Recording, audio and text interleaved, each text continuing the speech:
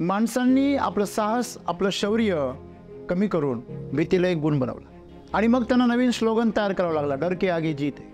आधी भीत्या पाठीमागे ब्रह्म राक्षस उभा करायचा आणि मग त्या ब्रह्म राक्षसाला मारण्यासाठी विविध प्रकारच्या युक्त्या लढवायच्या. जीवनाच्या कुठल्याही नवीन गोष्टींमध्ये माणसं प्रवेश करण्यासाठी किंवा ती करण्यासाठी माणसं का धाजावत नाही? कारण त्यांना भीती असते आणि भीती अनेक प्रकारची असते. गमावण्याची भीती असते, नुकसान होण्याची भीती असते, इजा होण्याची भीती असते आणि सर्वात मोठी भीती तर मरणाची असते.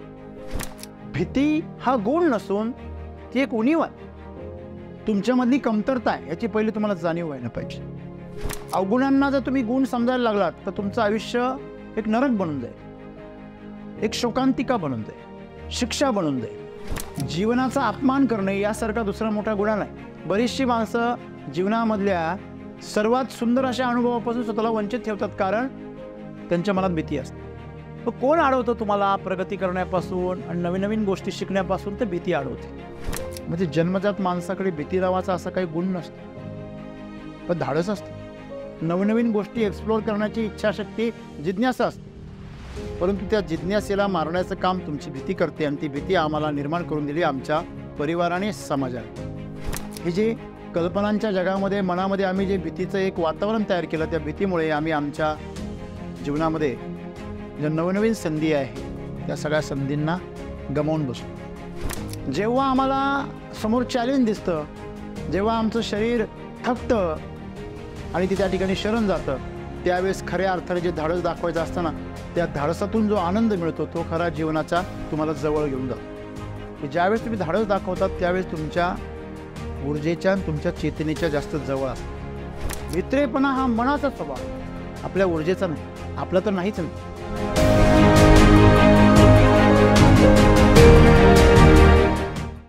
मित्र हो, सद्गुरूंच्या जीवनामधली एक सुंदर अशी गोष्ट आहे.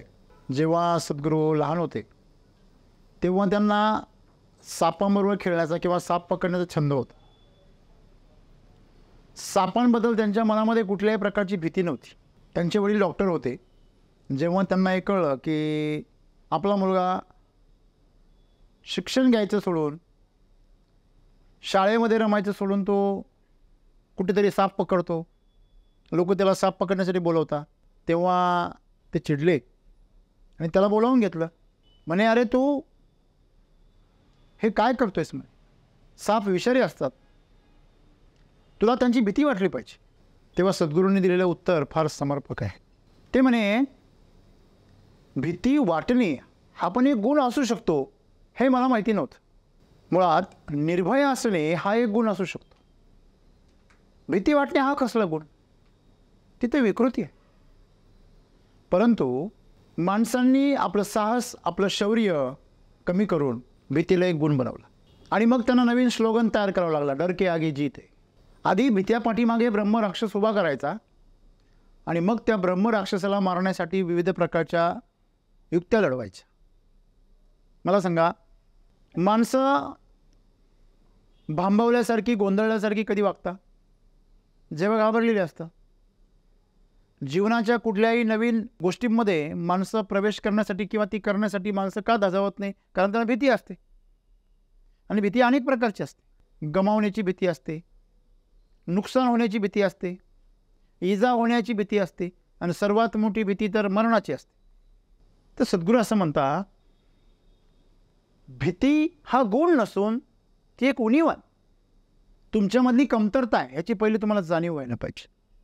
अवगुणांना जर तुम्ही गुण समजायला लागलात तर तुमचं आयुष्य एक नरक बनून जाईल, एक शोकांतिका बनून जाईल, शिक्षा बनून जाईल.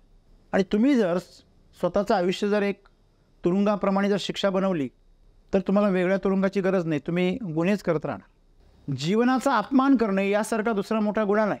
बरीचशी माणसं जीवनामधल्या सर्वात सुंदर अशा अनुभवापासून स्वतःला वंचित ठेवतात कारण त्यांच्या मनात भीती असते. तुम्हाला आठवत असेल, मागच्या वर्षी आपण एका रिसॉर्टमध्ये आपला आनंद साजरा करण्यासाठी गेलो होतो. आज आपल्या सर्व व्हिडिओमध्ये जे शेवटची जी क्लिप येते ना SCT वैदिकची, जिथे आपण SCT वैदिकचं नाव बनवलं होतं सर्वांनी मिळून त्या गार्डनमध्ये, तेव्हाची गोष्ट. बरेच जण त्याच्यामध्ये होते ज्या ठिकाणी आपल्याला दोरीवर चढायचं होतं, उंचीवर जायचं होतं आणि तारेवर चालायचं होतं, तारेवरची कसरत ज्याला आपण म्हणतो, जवळजवळ 40 ते 50 फुटाच्या उंचीवरून आपण जेव्हा तारीवरून चालतो, जेव्हा एका मोठ्या खड्ड्यामधून ह्याकडेच्या त्याकडेला दोरी धरून उडी मारायचा प्रयत्न करतो, जणू काय आपण एखाद्या मोठ्या दरीच्या पलीकडेच उडी मारतो. हे डेअर टू डू आहे ना, हे करण्याचं धाडस. तर बऱ्याच जणांनी ते नाकारलं आणि खूप साऱ्या जणांनी त्याचा आनंद घेतला. खाली बसून वर चालणाऱ्या माणसाची मजा पाहायला फार आनंद वाटतो. आपण लहानपणी कसरतीची खेळ बघायचो. डोंबऱ्याचा खेळ जर आला तर सगळ्या गावातली मुलं गोळा व्हायची आणि ते कसरत करून दाखवायचे. 2 काठ्यांवर चालून दाखवायचे. काठीवर एक मुलगा वर धरायचे, हँडल सोडून सायकल चालवायचे, एका दोरीवरून एक मुलगी चालायची. असे अनेक खेळ आम्ही बघायचो आणि ते बघायला आम्हाला आवडतं, कारण आम्हाला ते करण्याचे आमच्यात धाडस नाही, म्हणून आम्ही बघून समाधान करून घेतो. जसं माणसांना श्रीमंत होण्याचं धाडस नाही, मग ते श्रीमंतांच्या मालिका, श्रीमंतांचे चित्रपट बघून स्वतःचं समाधान करतात. कोण अडवतं तुम्हाला प्रगती करण्यापासून आणि नवीन नवीन गोष्टी शिकण्यापासून? तर भीती अडवते. मग ही जी भीती आहे ही आमच्या मनामध्ये जन्मतः नव्हती. लहान मूल जन्मतः कशालाही घाबरत नाही. ते अग्नीजवळ सहज जातं, ते पाण्याच्या खोल हौदामध्ये सहज उडी मारतं, धारदार वस्तू सहज हातामध्ये घेतं, त्याला भीती वाटत नाही. जेवढ्या सहज तुम्ही एखाद्या पाळलेल्या कुत्र्याजवळ जातात तेवढ्या सहज ते वाघाजवळ जाऊ शकतो, कारण त्याच्या मनामध्ये भीती नाही, जोपर्यंत तो वाघ डरकाळी फोडत नाही. म्हणजे जन्मजात माणसाकडे भीती नावाचा असा काही गुण नसतो, पण धाडस असतं. नवनवीन गोष्टी एक्सप्लोअर करण्याची इच्छाशक्ती, जिज्ञासा असते. परंतु त्या जिज्ञासेला मारण्याचं काम तुमची भीती करते आणि ती भीती आम्हाला निर्माण करून दिली आमच्या परिवाराने, समाजाने, या व्यवस्थेने. म्हणजे आमच्या मनामध्ये जी आज भीती घातलेली आहे ती भीती नैसर्गिक नाही. आता ती नैसर्गिक नाही आहे, तो बागुलबुवा आम्ही आमच्या मनामध्ये साठवून ठेवलेला आहे, जो नव्हताच कधी आणि नाहीच आहे. तुम्ही कधी तुमच्यापैकी कोणी बागुलबुवा पाहिला का? पण असा एकही व्यक्ती नसेल त्यांनी बागुलबुवाचं नाव ऐकलेलं नसेल. जेवढं देवाचं नाव घेतात तेवढं बागुलबुवाचं लहानपणी नाव ऐकले. हा बागुलबुवा नेमकी आहे कुठं? हा बागुलबुवा आमच्या मनामध्ये आहे, आमच्या कल्पनेमध्ये आहे, आमच्या विचारांमध्ये आहे. मित्रांनो, हे जे कल्पनांच्या जगामध्ये, मनामध्ये आम्ही जे भीतीचं एक वातावरण तयार केलं, त्या भीतीमुळे आम्ही आमच्या जीवनामध्ये ज्या नवनवीन संधी आहे त्या सगळ्या संधींना गमावून बसलो. म्हणजे जेव्हा आम्हाला समोर चॅलेंज दिसतं, जेव्हा आमचं शरीर थकतं आणि ते त्या ठिकाणी शरण जातं, त्यावेळेस खऱ्या अर्थाने जे धाडस दाखवायचं असतं ना, त्या धाडसातून जो आनंद मिळतो तो खरा जीवनाचा तुम्हाला जवळ घेऊन जातो. तुम्हाला माहिती आहे, फॉरेनचे लोक आहे ज्यांच्याकडे भरपूर पैसा आहे, ते लोक स्टंट करतात. हवेतून जंप काय घेतात, 2 बिल्डिंगच्या वरती एखाद्या छोट्याशा पट्टीवरून काय चालतात, दोरीवरून, पॅराशूटमधून उड्याच काय मारता, वरती विमानातून पॅराशूट घेऊन, वाघाच्या पिंजऱ्यात काय जाता. म्हणजे ते स्टंट जे आहे त्यांचे, हे संपूर्ण जीव घेणे आहे. त्याच्यामध्ये जीव जाण्याचा सर्वात मोठा धोका आहे. बाईक सहित जंप घेऊन पॅराशूटनी खाली उतरता पाहिलं का तुम्ही?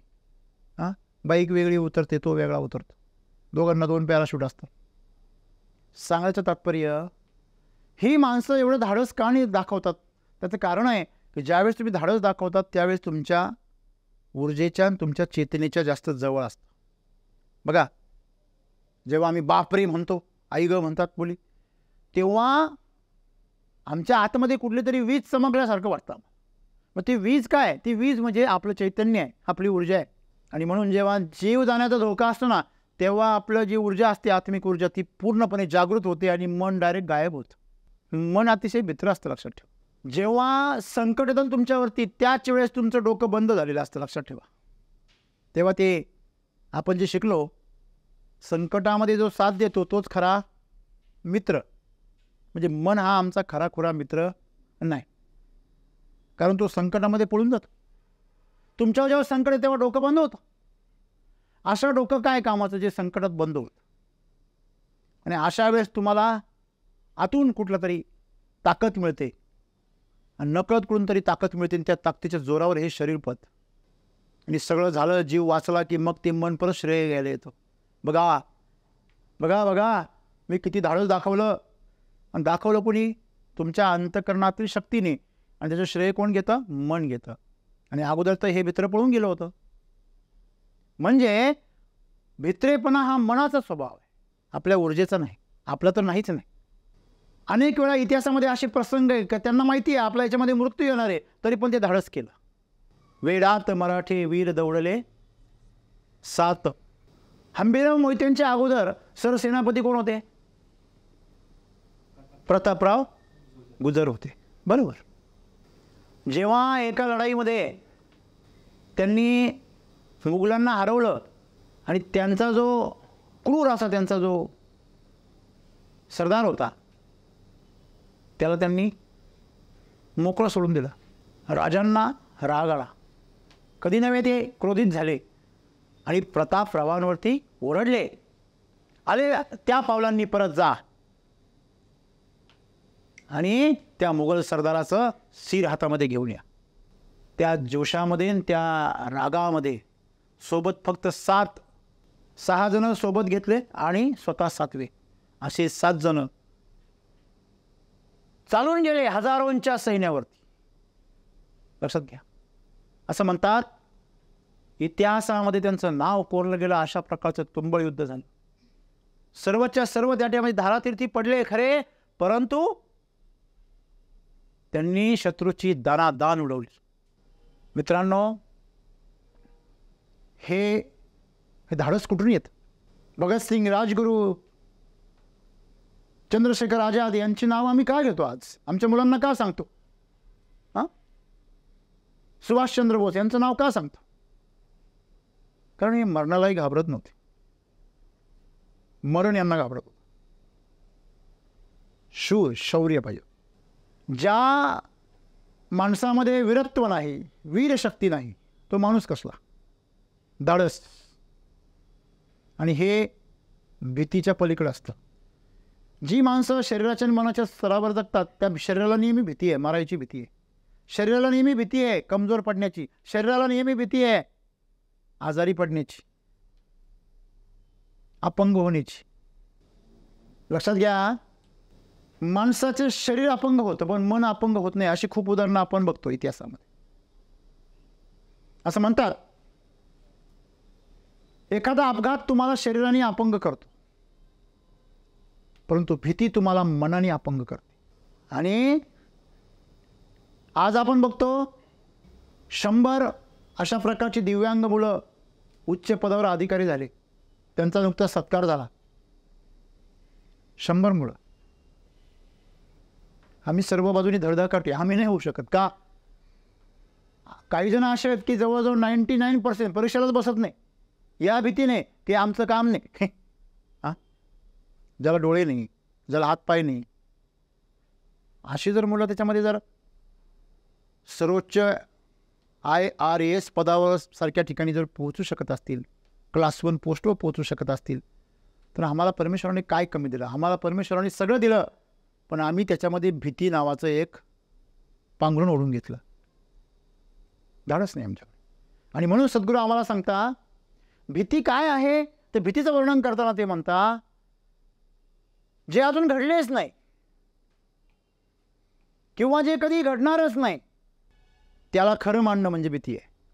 आता मला सांगा, आपण मनामध्ये म्हणतो सहज, मन चित्ती ते वैरीना चित्ती.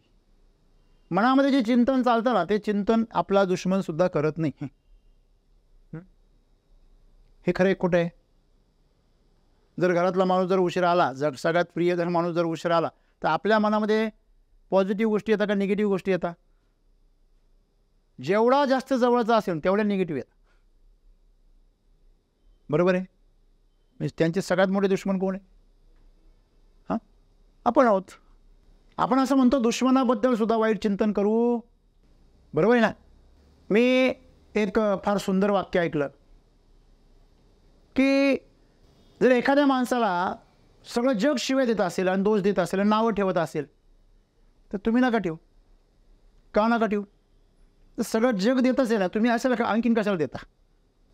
आणि जर एखाद्या माणसाला फक्त तुम्हीच शिव्या देताय आणि तुम्हीच दोष देताय, बाकी कोणीच दोष देत नाही, बाकी कोणीच शिव्या देत नाही आहे, त्यावेळेस स्वतःकडे बघा. कोणीच देत नाही, तो का देऊ राहिला? थोडासा विचार करा. म्हणजे त्याच्यामध्ये चिंतनाची गोष्ट काय? मन आपलं जे चिंतन करताना ते चिंतन नेहमीच उलटं असतं. मनाची निर्मितीच मुळात कशा करताय? स्वतःच्या बचावा करताय. आणि ते नेहमी मागच्या दिशेने पळत असतं. मन कधी पुढे धावत नसतं. हां, त्याला हवा असेल, लोभ असेल, मोह असेल, माया असेल, मग ते पार कल्पनेचे पंख घेऊन उड्या मारत. पण जबाबदारी असेल, कष्ट असतील, मेहनत असेल तर मात्र ते वेदना होणार असतील, संघर्ष होणार असेल तर मग ते काढता पाय घेत. नको बाबा. मग आपण हे चिंतन केलं पाहिजे की जे मनामध्ये जे चिंतलं जातं ते कधीच आहे. मला सांगा, आत्ता या मिनिटाबद्दल मन काय विचार करू शकतं बरं? तुम्ही मला सांगा. चला, या मिनिटाबद्दल काहीतरी विचार करा. काहीच नाही करू शकत. हा क्षण निघून गेल्यावर ह्याच्यावर मात्र मन विचार करू शकतं. कळतंय का तुम्हाला? मुळात तुम्हाला जर मी कल्पना करायला सांगितल्या तर जे तुमच्या आयुष्यात तुम्ही कधी पाहिलेलं नाही, तुम्ही कधी वाचलेलं नाही, ऐकलेलं नाही, कधी अनुभवलेलं नाही, अशा गोष्टीचं तुम्ही चिंतन करू शकता का? आता उझबेकिस्तान असा शब्द मी म्हणलो तर उझबेकिस्तान हा देश तुम्ही पाहिला आहे का कधी? नाही. तिथला कधी माणूस पाहिला आहे का? विचार करा. जर तुला देशही पाहिलेला नाही, तिथला माणूसही पाहिला नाही, हां, चला तिथली संस्कृतीबद्दल कल्पना करा. तुम्ही काय करू शकता? नाही करू शकत. मंगोलिया देशाचं नाव ऐकलंय? मंगोलिया. आता पाठीमागे मी त्यांच्या राजदूताला भेटून आलो दिल्लीला. तुम्हाला माहिती आहे, तुम्हाला म्हटलं चला मंगोलिया देशाबद्दल कल्पना करा, मला नाही करता आली. त्यांचा संपूर्ण देश हा 0.3 क्षेत्रामध्ये राहतो, पूर्ण क्षेत्रफळाच्या. किती? 0.3, 1% बी नाही. आणि उरलेले लोक वर्षभर स्थलांतर करत असतात. त्यांच्याकडे तुम्ही पाहिले असेल, त्या अशा झोपड्यां टाईप घरं असतात. त्यांच्या देशामधला जो आर्थिक कारभार आहे हा संपूर्णपणे पशुपालनावर आहे. आणि संपूर्ण पशुपालन हे नैसर्गिक आहे, व्यावसायिक पशुपालन नाही आहे त्यांच्याकडे. सगळा देश त्याच्यावरच अवलंबून आहे. थंडीमध्ये सगळं बर्फाच्छादित होतं. आता मला सांगा, याच्याबद्दल कल्पना करा म्हटलं तर करू शकता का तुम्ही? नाही करू शकत. मित्रांनो, असंच आहे. माणसाच्या मनाची वृत्ती जी आहे ते त्या गोष्टींची कधीच कल्पना करत नाही ज्यांनी त्या कधी अनुभवल्या नाही, कधी ऐकल्या नाही, कधी पाहिल्या नाही. ते फक्त आहे त्याचा थोडासा काय करतं, एक्झॅगरेशन करतं, थोडासा अतिशयोक्ती करतं. जर तुम्ही अनुभव नसलेल्या गोष्टी किंवा तुम्हाला माहीत नसलेल्या गोष्टींबद्दल मन जर चिंतनच करू शकत नसेल तर अशा मनाच्या पाठीमागे तुम्ही जर धावलात तर तुम्ही जीवनामध्ये नवीन अनुभव कधीच घेऊ शकत नाही आणि तुमच्या दृष्टिकोनामध्ये कधी सुधारणा करू शकत नाही. प्रगल्भता आणि प्रतिभा कशाला म्हणतात हे तुमच्या आयुष्यामध्ये कधी येणार नाही. प्रगल्भता आणि प्रतिभा तुम्हाला जर शोधायची असेल तर तुम्हाला स्वतःला झोकून द्यावं लागेल. वर्तमान काळामध्ये बुडण्याची तयारी पाहिजे, त्याशिवाय तुम्हाला अंत पाहायला भेटणार नाही. हां, बुडण्याची शक्यता आहे, 100% आहे. ज्यावेळेस तुम्ही अज्ञात भागामध्ये ज्यावेळेस तुम्ही प्रवेश करता तेव्हा तुम्हाला धोका आहे, पण तो धोका पत्करणे हे जीवन आहे. आणि ज्याने ज्याने तो धोका पत्करणं टाळलं तो कायम भीती नावाच्या पिंजऱ्यामध्ये अडकला. एकदा तुम्ही भीती नावाच्या पिंजऱ्यामध्ये अडकले की तुम्ही जिवंत असूनही तुमचा काहीच उपयोग नाही. मला सांगा, पाळलेला पोपट आहे, त्याला कशाची भीती आहे का? नाही. वेळेवर पेरू मिळतात, वेळेवर खायला मिळतं, वेळेवर गप्पा मारायला कोणीतरी येतं. परंतु काही दिवसांनी त्याला जर मोकळं जर सोडलं ना, मोकळं असं उडायला, तर तो असा फिरतो इकडे तिकडे परत येऊन बसतो. मग बाहेर इकडे तिकडे उडण्याची त्याला काय वाटते? भीती वाटते आणि ती खरी आहे. त्याच्या पंखांमध्ये शिकारी पक्षापासून स्वतःला वाचवण्या एवढं बळ नाही. त्याच्या पंखांमध्ये स्वतःची भूक भागवण्यासाठी आहारचं नियोजन करण्याची, शोधण्याची त्याच्यामध्ये तेवढी हिंमत नाही. जर 2 किलोमीटर लांब जाऊन परत उडून परत जागेवर यायचे तर त्याची तेवढी हिंमत नाही. घरामध्ये पाळलेले जी काही प्राणी असतात त्यांचं जीवन सुरक्षित असतं तुमच्या दृष्टीने, परंतु त्यांच्या जन्माला काही अर्थ पण नसतो. आणि मग तुमचं जीवन भीती नावाच्या पिंजऱ्यामध्ये जर असंच जाणार असेल तर ते व्यर्थ आहे. आणि म्हणून अशा काल्पनिक अशा सुरक्षित जीवनाला सद्गुरू असं म्हणता की तुम्हाला जर जीवनाचा खराखुरा आनंद घ्यायचा असेल तर तुम्हाला या भीती नावाच्या पिंजऱ्यातून बाहेर पडावं लागेल. जो तुम्ही तुमच्या कल्पनांमध्ये तयार केलेला आहे तो वास्तवामध्ये अस्तित्वात नाही. का नाही आहे? कारण तुम्ही कधी मरूच शकत नाही. तुम्ही जर कधी मरूच शकत नाही तर तुम्ही घाबरता कशाला? नाही सर, हे जीवन आहे, हे शरीर आहे, हे नष्ट होईल. ते नष्ट झाले तरी परत तुम्हाला मिळणारच आहे. मला सांगा, एखाद्या मडक्याचं मडकं फुटलं आणि त्याची परत माती झाली तर परत मडकं होणार नाही का? पुन्हा होईल. बरोबर आहे ना? म्हणजे जीवनाचं हे जे चक्र आहे हे सतत चालू आहे. फक्त एवढंच आहे की जीवन तुमचं लांबलचक आहे का तुमचं जीवन सुंदर आहे हे महत्त्वाचं आहे. मग तुमचं जीवन जर सुंदर नसेल तर तुम्ही जीवनामध्ये फक्त रोग पसरवाल, दुःख पसरवाल, नैराश्य पसरवाल. आणि अशी माणसं स्वतःच एक रोग आहेत. बरोबर आहे? तो म्हणतो मला कधी काही तकलीफ नाही. बरोबर आहे? दारुड्याला कधी तकलीफ झालेली पाहिली का तुम्ही? नाही. एखाद्याला कॅन्सर झालेला आहे, प्रचंड लास्ट स्टेजला आहे, त्याला याच्यापेक्षा अजून काय तकलीफ होणार आहे? संपलं. तकलीफ होण्याची अंत गाठला. टॉर्चर करण्याची एक लिमिट आहे. त्या लिमिटनंतर शरीरसुद्धा संवेदना काय करतं? बंद करतं. तुम्हाला माहिती आहे, जर भयंकर मोठा जर अपघात झाला तर शरीराचे जर तुकडे तुकडे झाले, ज्या क्षणी तुमच्यावर आघात होतो त्या क्षणी तुम्हाला काहीच वेदना नाही होत. आपण म्हणतो ना बधीर होतं शरीर. काय होतं? बधीर. कधी कधी मुक्का मार लागला ना तर शरीर बधीर झालेलं असतं, काहीच वाटत नाही. आणि मग ते 1 तासाने 2 तासाने दुखायला लागतं. सांगायचं तात्पर्य असं आहे मित्रांनो की हे जे शरीर आहे, मन आहे, हे नेहमी तुम्हाला भीती दाखवत असतं. आणि ती भीती त्यांच्या स्वतःची आहे, ती तुमची नाही आहे. तुम्ही त्या शरीराला कवटाळून बसलात, तुम्ही त्या मनाला स्वतःचं व्यक्तिमत्व समजायला लागलात, म्हणून ती तुमच्यामध्ये तयार झाली.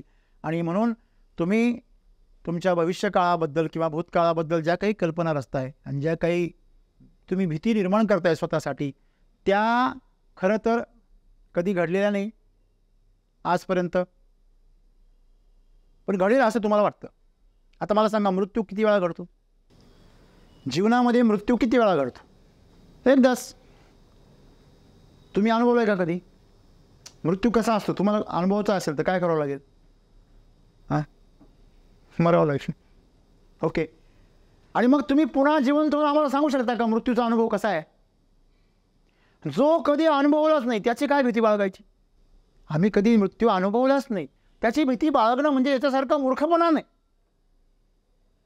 आणि आल्यावर तो तुम्हाला सांगणार नाही. पत्र पाठवून पोस्टाने 8 दिवसांनी येतो असा जर आला असता तर लोकांनी इन्शुरन्स काढून ठेवले असते, इन्शुरन्स कंपन्या पण पडल्या असते. मी एका पाहुण्यांना ओळखतो, त्यांनी आपले वडील म्हातारे झाले मग त्यांचा बरा मोठा इन्शुरन्स काढून ठेवला आणि वारं स्वतःला लावून घेतो. त्याच्यानंतर 1 वर्षाने ते गेले. आलं लक्षामध्ये?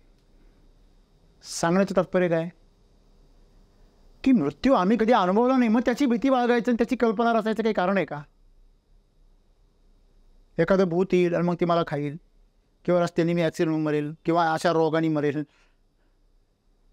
हे सगळं जे आहे आम्ही जे रचतो हे सगळी कल्पना आहे. जे आम्ही कधी अनुभवले नाही अशा गोष्टीबद्दल आम्ही कल्पना करतो ना, याच्यासारखा मूर्खपणा नाही असंच गुरु आम्हाला सांगता, जे कधीच घडलेले नाही आजपर्यंत तुमच्यावरती. आणि ते जे घडतं ना ते पण तुम्हाला मृत्यू वाटतो. तुम्ही सगळे मला नाही सर असं करू शक्य आहे का? सगळे मरतात. मग 10 वेळेला कावळा शिवायचे आग्रह का करता तुम्ही? जे असं बोलतात त्यांना विचारा, तुझ्या घरामध्ये जेव्हा 10वा घालता तेव्हा तिला कावळा शिवलाच पाहिजे असा आग्रह का करता? तेरावा झालाच पाहिजे, पितृश्राद्ध घातलंच पाहिजे. का? ते तर मेले ना. माहिती आहे, मेल्यानंतरही त्यांची ऊर्जा अस्तित्वात असते, बरोबर आहे, फक्त ते शरीर राहत नाही. सांगायचं तात्पर्य एवढंच आहे की आम्ही कल्पनांच्या या भीतियुक्त कल्पनांच्या ज्या पंखांनी आम्ही उडण्याचा प्रयत्न करतो ना, ते सगळं आमच्या जीवनाला आम्हाला भरकटून टाकतं. आणि म्हणून आजपासून जीवनामधली भीती घालवा आणि ह्या जीवनाचा आनंद घ्या. वर्तमान काळामध्ये जे काही तुम्हाला जगायला मिळते त्या जगण्याचा आनंद घ्या. पाठीमागं तयार झालेल्या स्मृतींमध्ये आठवून त्याचा केस काढू नका, किंवा तसंच काहीतरी पुढे घडेल अशा प्रकारचं काहीतरी काल्पनिक चित्र उभं करू नका. आणि घडलंही ते त्याला योगायोग समजा, फार सिरियसली घेऊ नका.